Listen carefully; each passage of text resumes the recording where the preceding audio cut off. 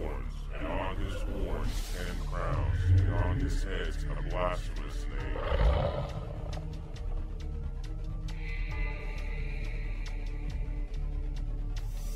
Welcome to the Revelation 13 podcast.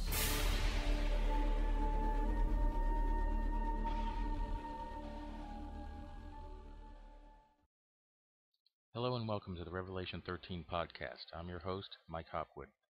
Psalms 116:15 tells us, "Precious in the sight of the Lord is the death of his saints." Recently, 3 men of God have passed away, finishing their work on the earth, and have gone to be with their Savior, Jesus Christ. Reverend Perry F. Stone, Sr., father to Perry Stone, Jr., who produces the Manifest TV program, which deals with end-time prophecy, went on to be with the Lord on Thursday, March 10, 2011. Born on February 11, 1933, he was saved during a great revival in the coal fields of West Virginia, and began his ministry at the age of 17. For nearly 60 years he faithfully served as evangelist and pastor with the Church of God, and began traveling with his son Perry Jr. in his latter years. On March 22nd of this year, J.R. Church, the biblical prophecy teacher and founder of Prophecy in the News television broadcast ministry, passed away. J.R. became an ordained Baptist minister in 1962 and served as pastor for 17 years. He then started Prophecy in the News television and publishing ministry. Some of his published works include Hidden Prophecies in the Psalms from 1986, Guardians of the Grail and the Men Who Plan to Rule the World from 1989, Hidden Prophecies in the Song of Moses 1999, and Mystery of the Menorah also in 1999. J.R. had a passion for discovering deeper truths from the Word, and did not shy away from talking about the Nephilim, giants, and UFOs, subjects that would not necessarily be well received in Christian circles. The Prophecy in the News program continues on with Gary Sturman continuing the work that he and J.R. had started. On May 4th of 2011, Reverend David Wilkerson, the founding pastor of the Times Square Church in Manhattan, New York, died in a car accident in East Texas.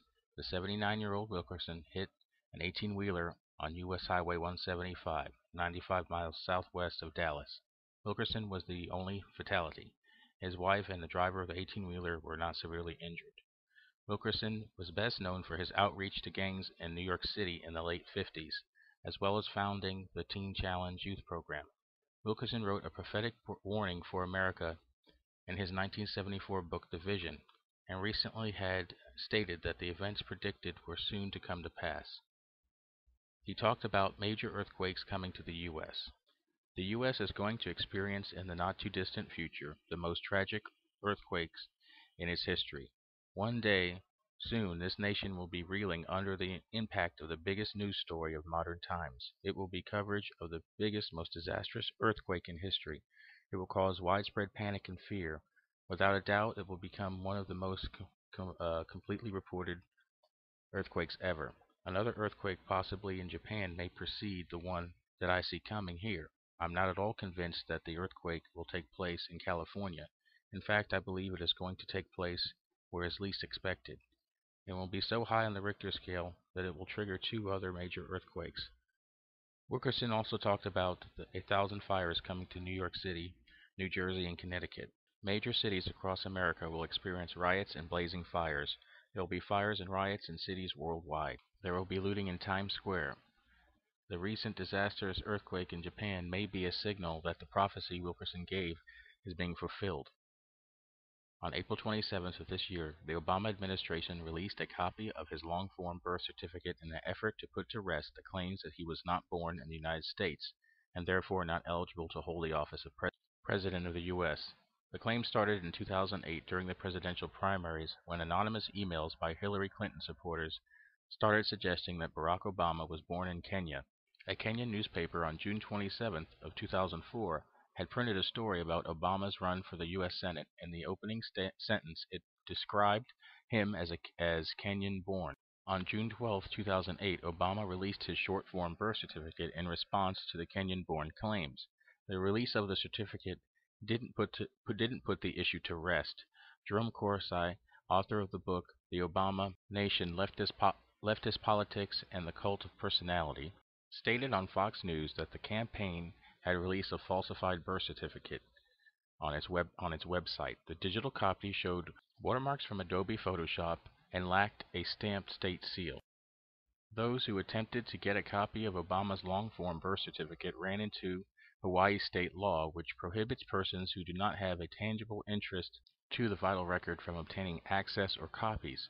CNN researchers claimed in 2009 that the original birth certificate no longer existed because because Hawaii discarded all paper birth records in 2001. This was contradicted by Hawaii's public information officer for its Department of Health. In 2011, Joshua Wish, a spokesman for the Hawaiian Attorney General's office, stated that Obama's long-form birth certificate is a Department of Health record and cannot be released by anyone, including President Barack Obama. This didn't hold true because the Obama administration released it on April 27th of this year. Interestingly enough, Obama himself said the release would not put to rest the speculation that he was not born in the United States. And like the short form release, people have claimed that it also appears a forgery. It is said to have signs of layering and has certain inconsistencies with other Hawaiian birth certificates from the same time period.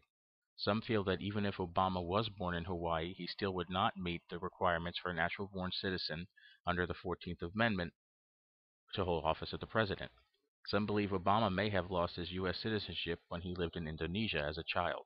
Obama releasing his long-form birth certificate probably ended the controversy in the mainstream media and gave Obama some legal cover in the pending lawsuits over his eligibility. Some states had even passed laws requiring presidential candidates to release their birth certificates before they can be put on voting ballots.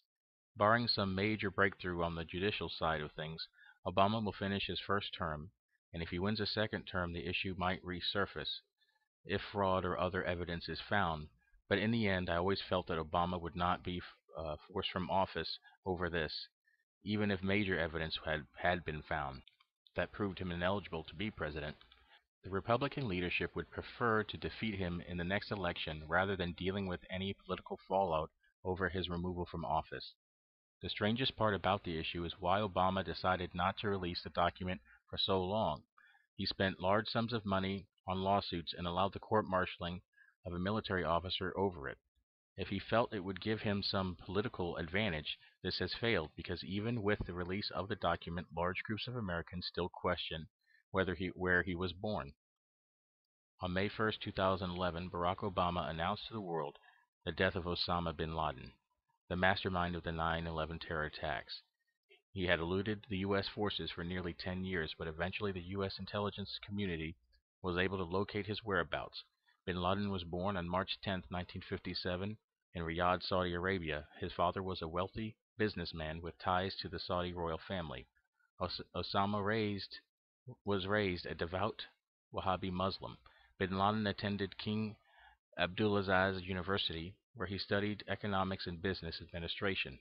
Reports are a little mixed on what Osama studied.